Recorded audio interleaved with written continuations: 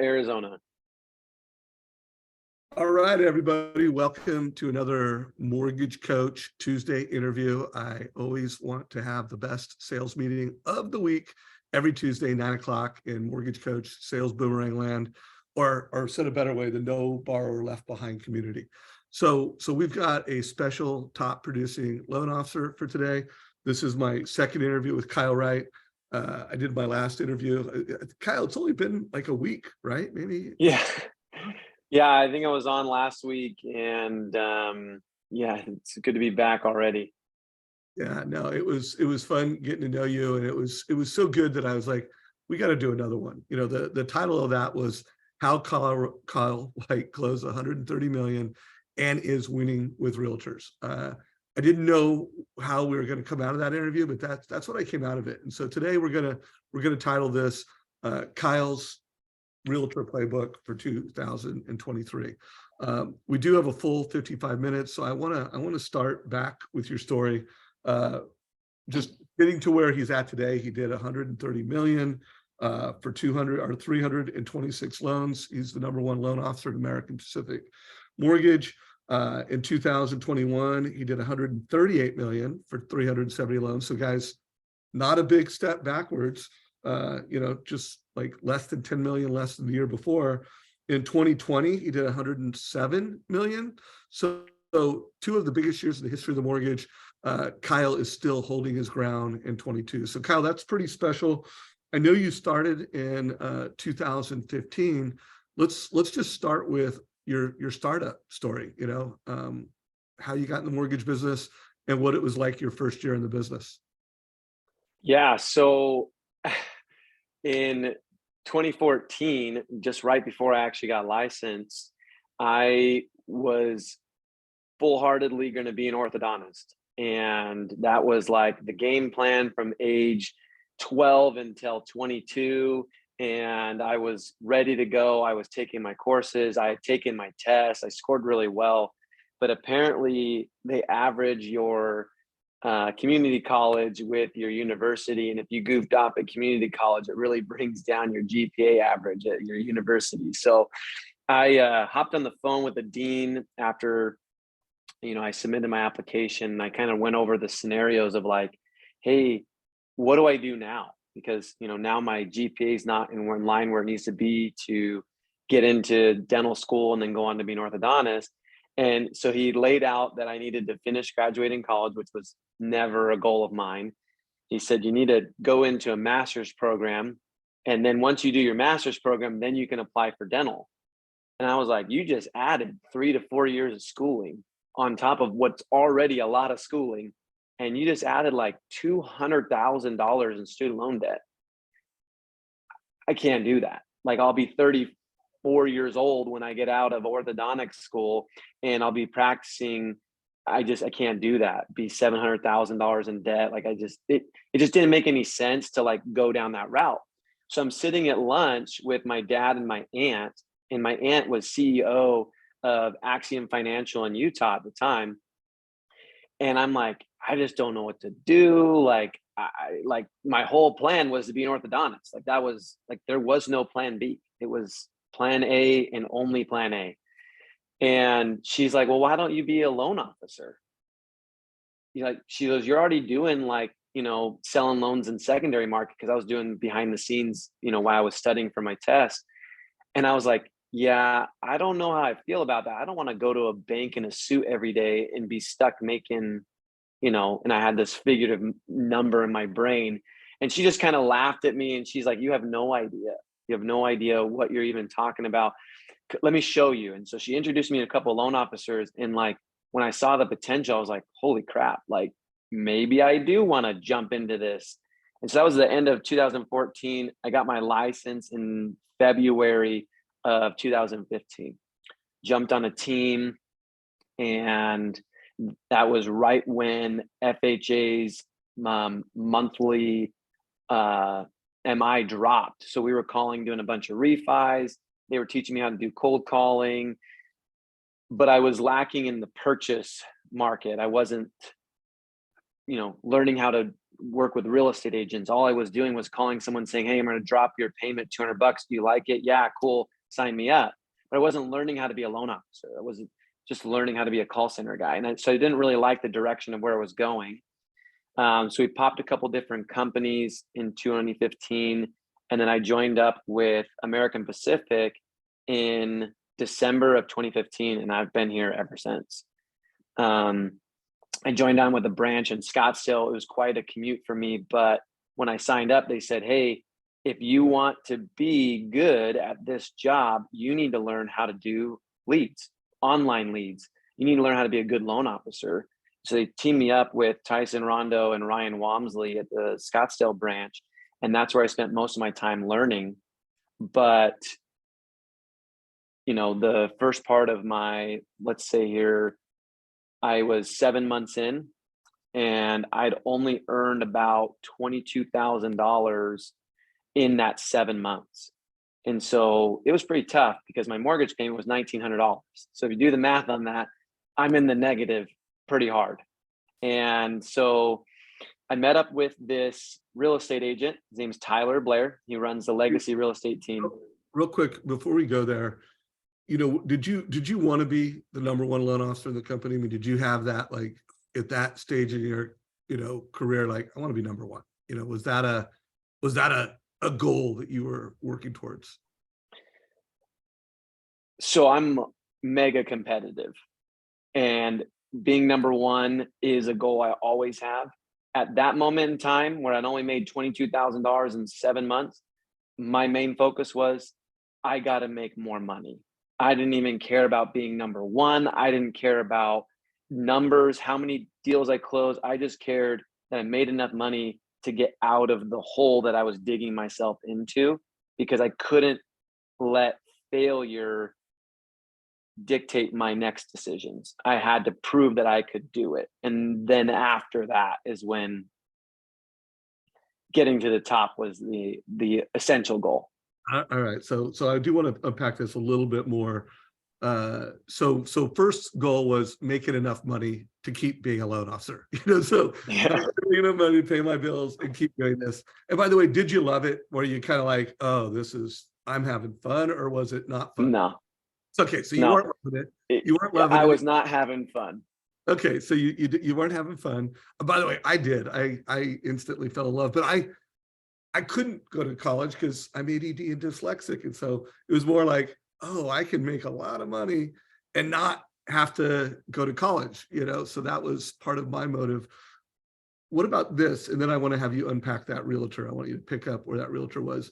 What was your first number one? Because a lot of folks, it's not to be number one in a company with, hundreds. Now you're at a company with, I think, over 1,000 loan officers. Was it to be number one in your branch? What was when thinking back on that, what was the first, you make enough money? And then what was your first, and I love the way you said it, I always want to be number one, but what was the thing you wanted to be number one first? Was it the whole company or was it your branch?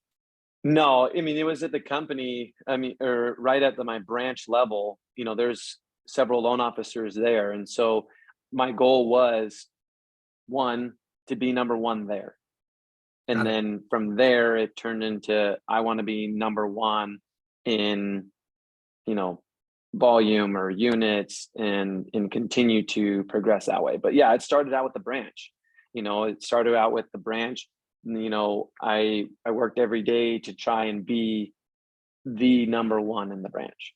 Okay, so unpacking a few things, especially for new loan officers watching this.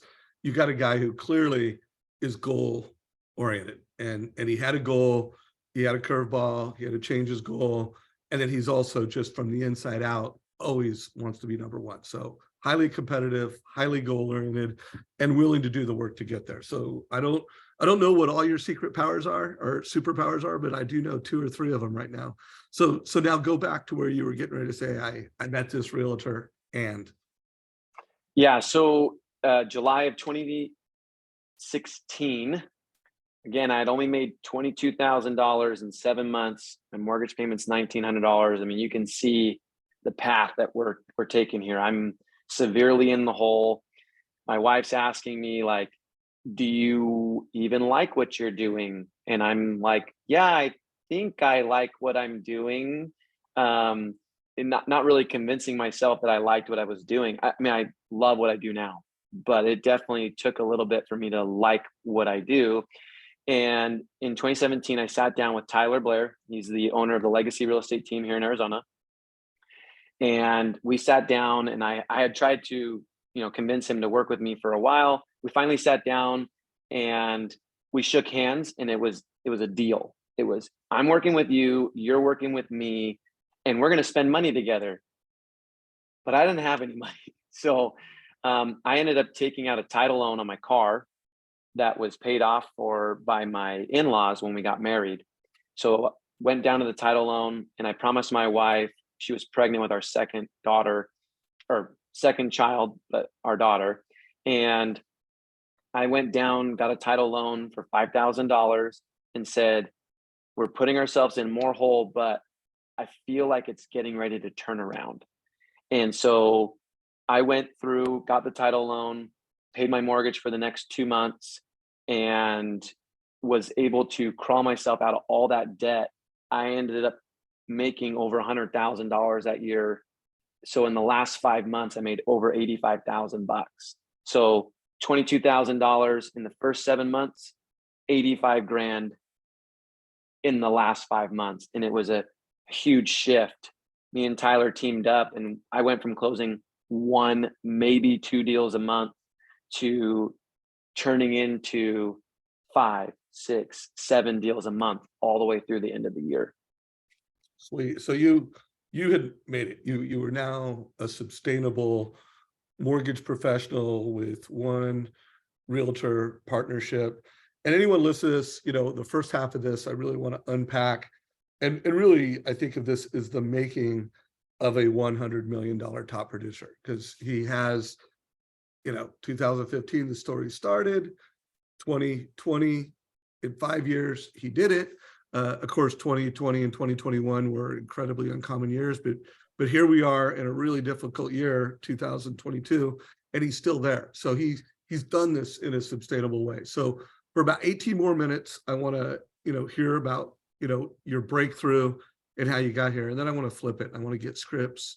What are you doing? Like, what is your realtor playbook for 2022? So stay tuned, guys. We'll get there.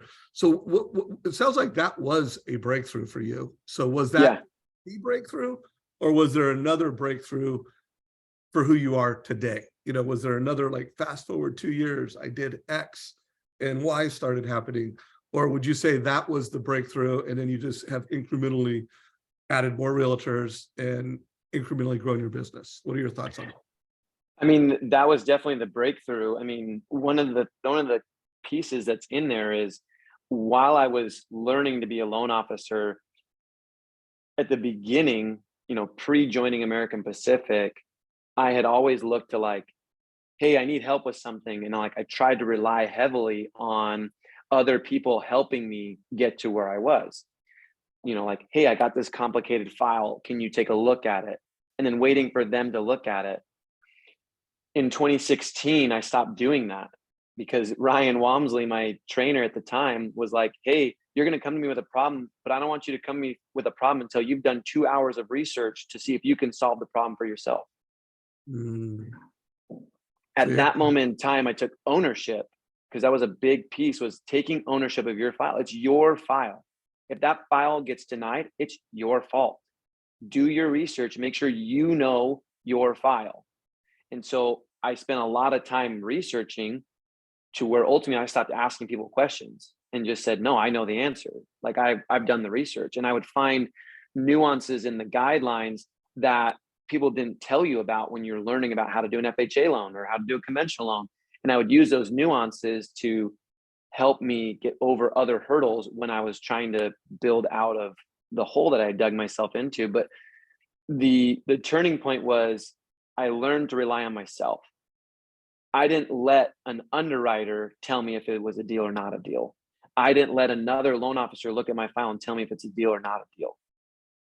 I know if it's a deal or not a deal. And because I know I will get it closed. And so then it turned into ownership.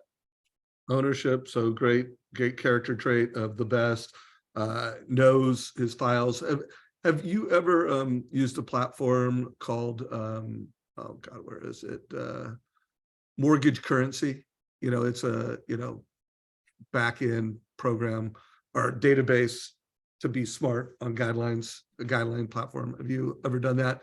Or so all your research was, through your company's guidelines, just reading guidelines and doing the work. Mortgage Just Currency. getting the handbook All and right. searching and reading for hours. Well, I do recommend to the Mortgage Coach community, check it out. We'll put a link to it. It's a great resource. It's got over 10,000 loan officers and underwriters, and half of the subscribers are underwriters. So it's a great online portal to be smart on guidelines. And one of the things we're going to talk about is to thrive in this new world. And I do believe that 22 marks a pivot in the mortgage industry. You need to be a data-driven mortgage advisor. And part of that data is knowing guidelines, being, knowing the data that it takes to get a loan closed. So before we flip the chapter and we really get into what are you doing today, what is your Realtor playbook, anything else you want to share that you think is super important to who you are today and the success you're having? I mean, it really came down to, that 2016 year where, I was in the hole. I had one child already, had a second one on the way. My wife was constantly asking me if I wanted to like switch careers and go do something that might be a little more sustainable or a little more guaranteed. And I don't like failure. I don't like no, I don't like failure. And so I had to make it work. It was just Yeah, but you didn't something have to be inside number me. I one. had to do it. But you didn't have to be number one. And you don't need to do $100 million in $130 million in volume. By the way, what is your goal this year? 2023. What do you want to do in volume? 175 million. 175. All right, guys. You heard it. Let's hold them accountable. For anyone that Yeah. knows him, let's text him, ping him. How many units is that? Based on what I'm projecting for volume, I'm going for right around 450 units. Okay, so we got to do 450 units, 170 million. So you don't have to do that much volume. I want to know, like, why are you so committed to growing your as a number one producer of this company and doing that type of volume? What's your why? Goal oriented. One of the biggest things about a goal is, it's something to shoot for and to achieve. And if you don't ever set a goal to shoot for and achieve, you will fall flat. So for me, if I'm shooting for a goal, let's call it the 175 million, and I only hit 160 million, did I fail? No, I didn't hit my goal. So I'll reevaluate and set a new goal. But at least I tried and achieved something, and it was an improvement from the previous year as well. And so, starting with, just to be honest with you, 2021 ended. We didn't know what was going to happen in 2022. We didn't know it was going to be one of the most difficult markets that we've ever seen, with interest rates doubling in percent rates, in 2 months. We didn't know that. So when we started out the year, I had set a goal to go from 138 million to 175 million. So my 2023 goal is just a continuation from 2022 that I was never able to hit because of how the market affected me. But if I hadn't set that goal for 175 million, if I just said, hey, I'm okay with 138 or 130, I might have only fallen at 90 million and not hit 130 this year. And so I feel like the goal is there, and I hope I make it, and I'm going to do everything I can to try and make that goal happen. But if we fall flat of our goal, if we fall short of our goal, is it still better than it was the year before? So every year I'm trying to make myself better. And as far as the numbers go, we're looking at 2022. Something that the numbers don't say is I did 370 units in 2021. Over 100 of those were refinances. In 2022, I did 326 units. I only had about 50 refinances. So if you look at the numbers, I actually did more purchase transactions in 2022 than I did in 2021. So it was a huge growth for me as far as that went. The whole numbers paint a different picture, but when you break it down into purchase, which in reality, purchase business is what makes a good loan officer, that a sustainable loan officer. Let's say that a purchase business makes a sustainable loan officer. Purchase business was up for me in 2022 versus 2021. All right, guys. So we're a little ahead of schedule. I'm going to ask you a couple questions on that video that you watched, the Phil W. Jones video. Before I ask you your thoughts on that, I want to remind folks, if you're watching this in Zoom, there's that little reaction button. So if he says something you love, give him a heart. If he says something you like, give him something else. And then anybody who's watching this in Facebook, let us know if you like it. If you like it, give it a like. If he says something you love, give it the heart sign.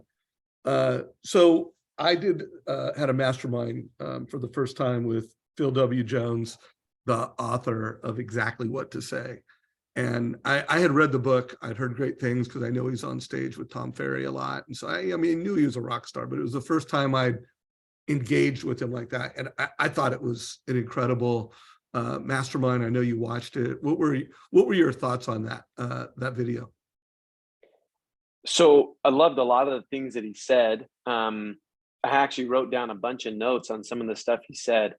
And when he touched on the OFQs that he, an opening, a fact, and then a question, right? It's something that I do regularly, but like we were chatting about it's something I do regularly, but I didn't have like the framework behind calling it OFQs. It's just something that like I've been doing naturally, that I've taught myself to do, that he put a framework and, a name behind that I can now reference and say, okay, well, this is exactly how you want to do it. But I loved how he talked about the OFQs and bringing it on them, because it is something that I like to do as well. Because he did the because you said is something that we do as well. Because you said that you want to be all in on this house for under 100,000, wouldn't it be smarter just to take this rate and do this with a little bit higher payment and keep some of that money back and offset that increase in that payment? Because you said this, don't you think now is the better time to buy? Because you said you needed to get in at little to no closing costs. Right now, sellers are paying closing costs. So because they're doing that, and because you said that was important, isn't now the best time for you to buy? And we'll just take care of that refinance and that interest rate later. So I love that he said that, because those are things that we're doing all day, every day. And I think sometimes we forget to put that framework behind it when we're trying to explain to other people, because it's important. And I love the OFQ and the because you said, because then it creates, and I'm a big fan of ownership, right? It creates ownership on the person that you're talking to. Because you said this is what I think that you should be doing. And then now it's that ownership of like, oh, well, you're giving me the options, and that's the option I chose. So I love that. Just so everyone is, tuned into what we're talking about this interview right here. We'll put a link down below. It's Exactly What to Say to Realtors and Clients Right Now. By the way, Denise Donahue watched it over the weekend. She texted me saying how much she loved it. And I asked her for a good headline. And this was her headline. So Denise, thank you for that headline. You killed it. In addition to the OFQ scripts, and as I'll tell you what that means in a minute, I asked him to tune up our value proposition script. We show this all the time. This is part of our training. We're always telling loan officers, don't talk about how fast. Tell people how fast you close loans, and rates. It's more important to give advice than rates. He fine-tuned our script. I love how he took it from my advice helps you to our continued advice helps you build wealth with real estate. And then it used to be my team. He's already like your team. I love that. And then after he reads this value, he said, after you do this value prop script, I want you to go to every customer. Is it important for you to have that long-term strategic advice, or are you just looking for a short-term cheap interest rate? So thanks for all the loves. I love this as well. And what did you think about this sequence in this script from that interview? Yeah, so I love what he said, because at the end of the day, we're not selling rate. We're not selling the cheapest closing cost, because at the end of the day, our value is more than the cheapest rate. You're not coming to someone like me because we're going to have the cheapest rate and the cheapest closing cost. Sometimes I do, sometimes I don't. But at the end of the day, you're coming to me because you need my advice. I am a mortgage professional. The guy that you're calling at some call center somewhere for some cheap rate is not a mortgage professional. He is in it short term. He's going to be there for 6 months. You're never going to be able to call him and get available, with him ever again. And so for me, this is what I've chosen. I love it. I'm going to be here. I am your mortgage professional for life. That call center, they're not going to be there forever.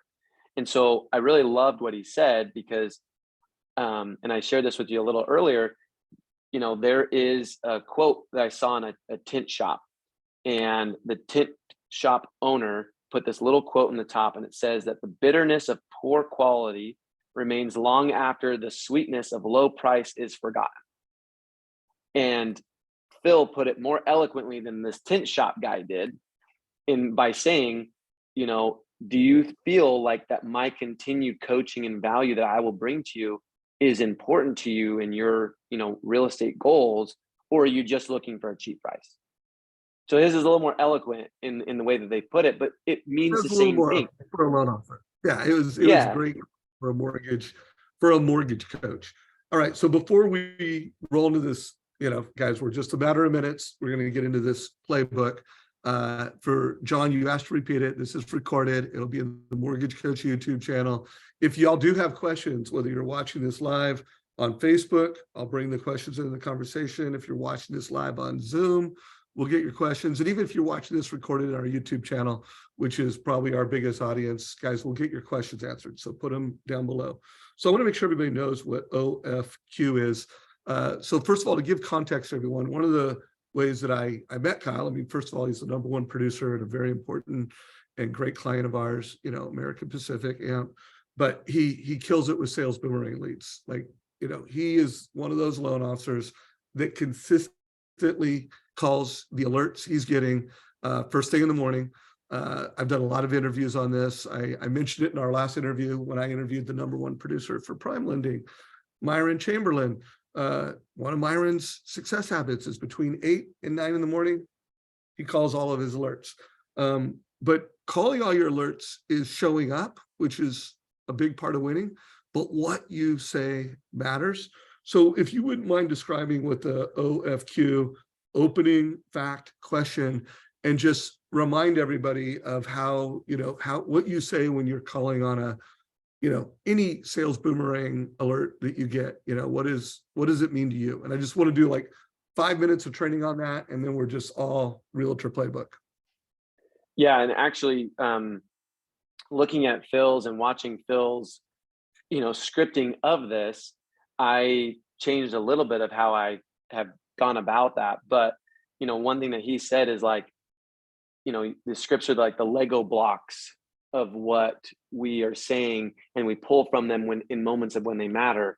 And so, coming up with a script that you practice over and over and over is important for this, because you want to be able to go off script and be able to, veer, but you can't ever go off script if you haven't done a script. So you come up with a script, and one of my scripts is, basically I just reach out to the client and I said, hey, this is Kyle Wright with American Pacific Mortgage. If you remember, we helped you get your loan back in 2020. We helped you on your purchase on Apple Street. And then, they'll say like, oh yeah, like I remember that so much. I'm like, that's so great. And then I've incorporated this piece that Phil gave in his interview. If you haven't watched it, you need to, because that was such a cool piece, because I'm a big advocate of giving options to clients. And in that moment, he gave them an option without really giving them an option, and was like, hey, let me ask you about it, and I'll explain. But he basically was like, hey, at this moment, at that 2 to 3 year mark, people are either upgrading their homes or looking to pull some equity out, or they're doing something like that. And so that is a common thing that people at your mark that have been there this long are starting to do. And so he explains that to them as if like, oh, these are what people are doing. And then they're calling to their recollection, like, oh yeah, like I literally am doing that right now. They don't know that you have your monitoring, right? And so this is a way of you coming out and allowing them to tell you what they're doing by saying like, this is normal. I'm checking in on you because this is around the time that people start doing that. And then they come out with, what are you doing? And then you hit them with the question like, oh, well, would you like me to help you with that? I have all of your information and make it super easy. I mean, that's already part of my script is, oh, you are looking for some cash out right now. Well, do you want me to run some options on whether a HELOC is better for you, or if taking the full cash out's better, if pulling that money to go buy an investment property is the better route for you? Oh, great, wonderful. Well, I already have all of your information. I just need to know, has anything changed with your income? Oh, great, you got a raise? Oh, you switched companies? Awesome. Let me write these notes down and I'll do the whole entire app for you. That way you don't have to do it again. And that's typically how my scripts go. When I do it, I did add in that little piece there that Phil gave because I loved it. I thought it was great. So guys, first of all, if you're a branch manager or you're responsible for the success of other loan officers, based off of the alerts you're getting from our platform, this Sales Boomerang borrower intelligence platform, is come up with a list of questions for each alert. So the OFQ, O stands for opening. So you heard it, hi, this is Kyle with American Pacific Mortgage. Opening, done, perfect. Fact, I did your loan X years ago and your address is this, so state of fact. And then he gave a question, and the question helped determine whether that client could use his advice or not. And just to kind of play off what Kyle just shared, you could do this, like if you just got a life alert that someone in this household graduated from high school or college, you could do the questions that, oh, a lot of families I work with at that stage start thinking about if they have a child going to college or graduating from college, should we come up with a plan to help them buy a duplex or a triplex? And some families I work with have actually paid for college education through, either house hacking or boom. So that would be a great way to turn a life event into a possible first-time home buyer, which is a hot strategy in this market. Or it could be a cash out alert. And, opening, fact, hey, a lot of my clients at this stage are looking to either optimize their current debt structure or look at moving up, and how you could achieve financial freedom faster, or how you could accelerate your net worth faster and improve your lifestyle. Would you like me to do an analysis on that, guys? So the questions go on and on and on. And I would just propose anyone listening to this, if you're responsible for the success of other loan officers, hopefully you are getting your database monitored by Sales Boomerang, and you come up with all these questions, and then you train on it. I know, Kyle, when you and I were doing the prep call, you were like, I loved it, and I'm going to be doing some branch training on that. So real quick, share what kind of training you're going to do with your loan officers based off of some of the things here, just so other leaders and managers hear this. Yeah. So with Phil, the OFQ, like I said earlier, like it's a framework for what I was already doing. So it makes it easier for me to explain to other people, like, this is how I do it. Because now I have the framework behind it. Like I can say like, oh, FQ, and then I can go through scenarios and examples. But it's crucial that you create these scripts for people at your branch. I mean, does my script work for everyone? No, because you have to make a script that works for you. You said authorship is ownership, right? So get a script, practice it over and over and over and over and over until you can make it your own, and then use that script. And so that's what we'll be doing more trainings on is getting this OFQ, and I'm going to have everyone create their own OFQ script for these alerts. So that way, when they're calling, it is more productive. And it's not just a, hey, big brother over here, notice that your credit was checked, want to check in on you. It's It's more like letting them tell you what's going on and allowing you to step back in as that mortgage coach and that mortgage advisor to them, rather than the creepy big brother who's calling them because you notice they got their credit checked. Yeah, I love it. So let's go, we're halfway through this. Everyone in Mortgage Coach land, if you have not read my LinkedIn article, the top mega trends of top producers, make sure you check it out today. It's at the very top of Savage Insights. So go to savageinsights.com. It'll be at the very top of that to click there. Also, if you haven't already, be part of my mobile club, just text 949-799-0837 and you'll get a couple times a week, no more than 3 times a week. I will text you what I think the best content is in our community and our highlights. But the number one mega trend was be a data-driven mortgage advisor. When you look at all of the top trends, one of the things we're going to focus on now is winning with realtors. One of the top trends was realtor leadership. But what I want to do for like 5-10 minutes, I really want to unpack this, what I call the data-driven mortgage advisor compass, and pick a direction. At the top, it's be a mortgage coach, advice versus price.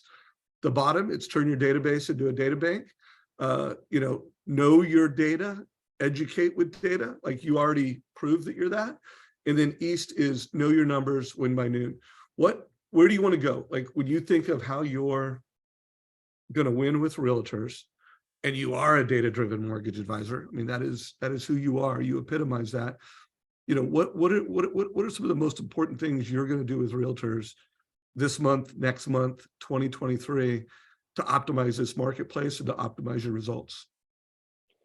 Yeah, so we sit down with multiple realtors all the time. So one of the biggest groups I work with, like I mentioned, is Legacy Real Estate Team. And we sit down with their realtors regularly and we go over how to get deals done. In a previous interview, you had mentioned how anyone that got in, anytime after 2019, this was the most difficult market that they've ever experienced. I mean, it was one of the most difficult markets I've ever experienced as well. And I got in 2015, but it was a really difficult market. And the only way that we were able to continue to beat out others in, getting them with our real estate agents and getting them with us is that we were coaching the clients. But not only was I coaching the clients, I was coaching the real estate agents. Hey, come in my office. Let's sit down. Let's do this together. And with Tyler Blair in specifically also, what we would do is we would sit down and I would say, hey, this is the client. How are we going to get this client in a home? Okay, they have $15,000. Sellers are offering this. Okay, we need to do this, this, this, and this to get them in. So what we would do is me and Tyler, we brought that client in to the office. We said, hey, Jim, I need you to come into the office on Tuesday for a training. He's like, okay, I'll be at the office Tuesday for a training. So he came in, we brought in 20 real estate agents and 2 staff members on my team. We brought them all in, and me, Tyler, and the client sat down and had a real life discussion on how we were going to get him into a home. Right there, in person, clients in the room with us. So we're not just talking about the client behind their back. We had the client in the office. And we said, Jim, how much money do you have for down payment? So we got this big paper out, wrote it down, $15,000 for down payment. Okay, awesome. So you got 15,000. And what do you need your payment to be? Okay, you need your payment to be here. Okay, do you have any 401k? Do you have this? And he's like, oh, I've got $50,000 in savings. I said, okay, well, if we pulled some of that money out of your savings account, how much could we get? And we packaged it all up. He wanted a $2,100 payment or something like that. Okay, $2,100. Do you think next year that you could afford a little bit higher payment? Yeah, I could probably go to $2,250 maybe. So what about the year after? I mean, I could probably get up to $2,300, $2,400 in a couple of years from now. I said, perfect. How about we do a 2-1 buy down for you? So instead of getting this $300,000 house for $2,100, why don't we go out and get you the house you really want for $350? Utilize this 2-1 buy down for you. And this is how it works. And these are your monthly payments along the way. and rates are going to drop because everyone's telling us they are. We'll refinance you, and then by that time your payment won't ever get over what you wanted in 3 years from now. But we did this live, like with all the real estate agents, and we do this all the time. It's not about just being the best loan officer or being really good with your guidelines or knowing your 2-1 buy down or your interest rates or even knowing how Mortgage Coach works really well. It's about teaching your real estate agents how to be really good real estate agents too. Because if they're not good real estate agents, it doesn't matter how great of a mortgage professional you are, they might lose the deal.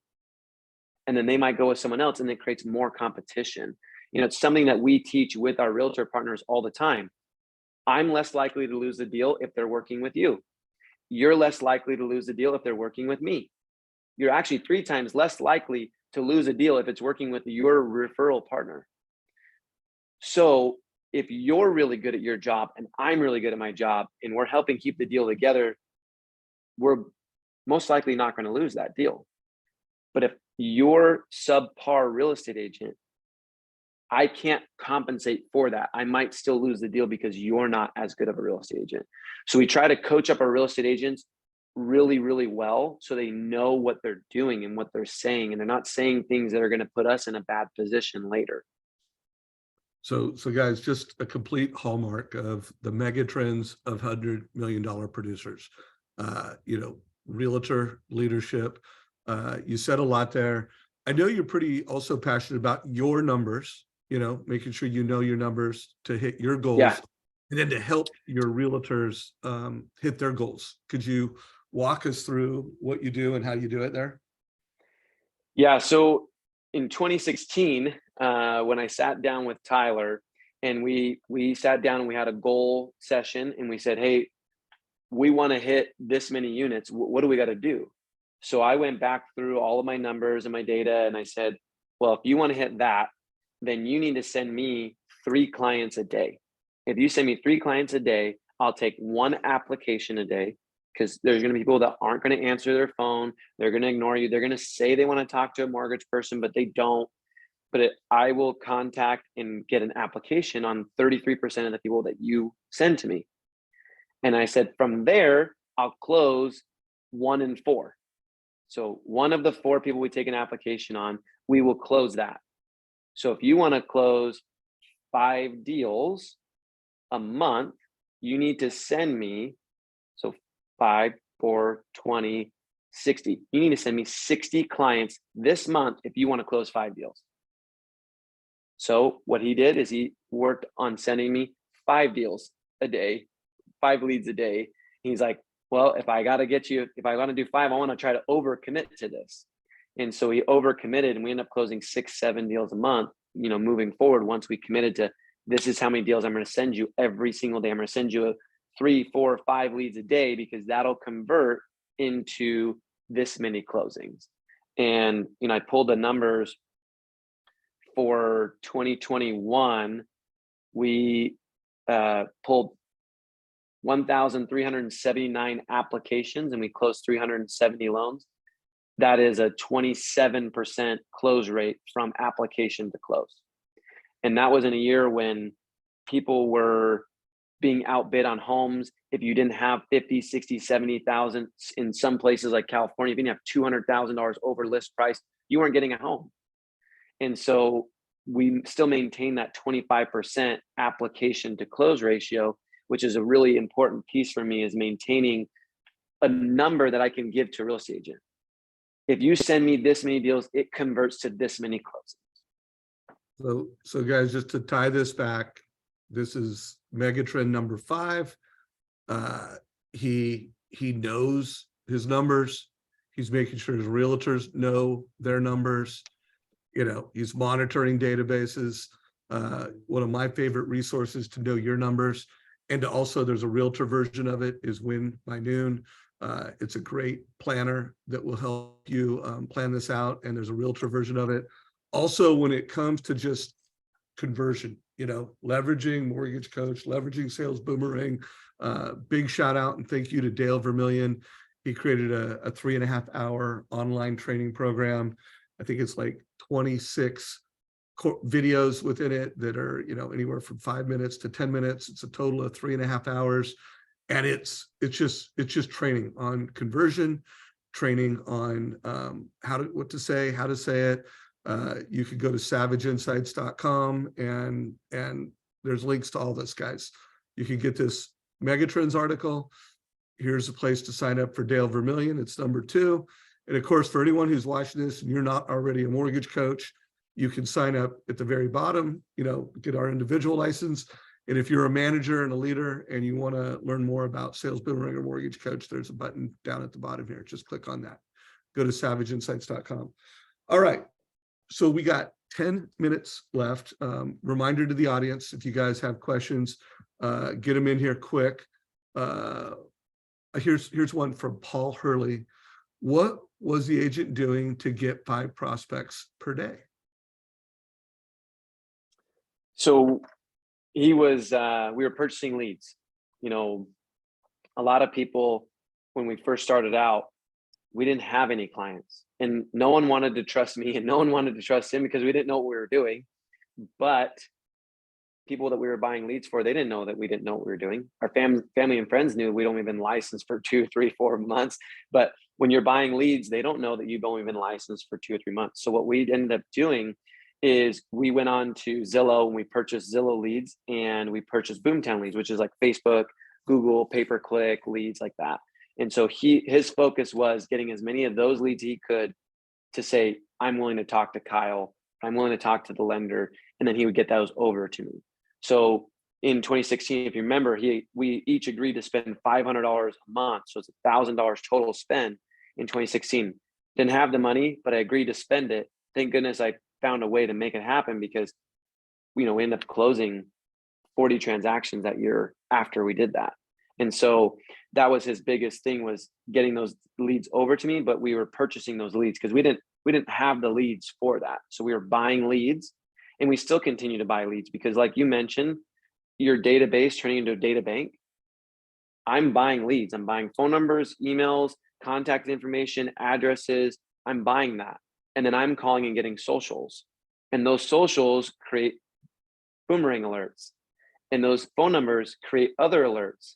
And all I'm doing is building up a bigger and bigger database to where one day I can turn off how much I'm spending to buy those leads and just work my database and turn it into a bank for me. So I want to review a couple important things. So for the person who asked for these slides, if you are in my text group, 949-799-0837, I will make sure we'll text you a link to these leads. Also, I just want to make sure everyone really gets this, be a data-driven mortgage advisor and the power, and I actually want to ask you about this last one, because, you clearly become that loan officer who has predictable revenue. I mean, in a year where the industry was down over 50%, you were down a couple percentages. You went from 138 million to 130 because you have systems and processes and you have mortgages under management. And then I want to ask about this. Realtors can have the same thing if they give their database to a data-driven mortgage professional like you. So be ready for that. For anyone that doesn't know what it means to have your database monitored by Sales Boomerang, I mean, this is what we're talking about. Going from my database has no signals in it to I'm getting signals. I'm getting signals every time that looks like there's a loan, whether that's a refi or a purchase. And one of the beauties of our borrower intelligence platform is that every alert creates a total cost analysis.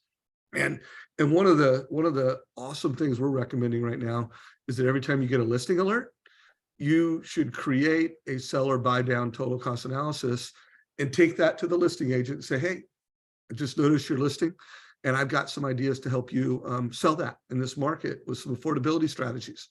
And you should also create a affordability strategy total cost analysis for the seller of that home and say, hey, your home's listed. I've got some ideas to help you buy your next home in this market. So you can, give yourself an advantage. So guys, this is what we're talking about. I will make sure after this call, we get our slides out to everyone on that.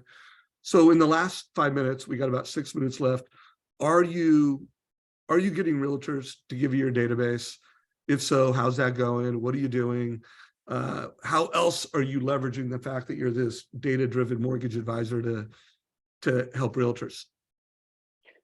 Yeah. So in a previous interview that you and I did, I actually shared an example of a realtor partner that we met with, and I explained that we're monitoring the clients, and he couldn't even believe it. He's like, "You can do this? Like, you can monitor what they're doing?" And when we explained that we could do that, he instantly was like, "How do I get all of my clients over to you?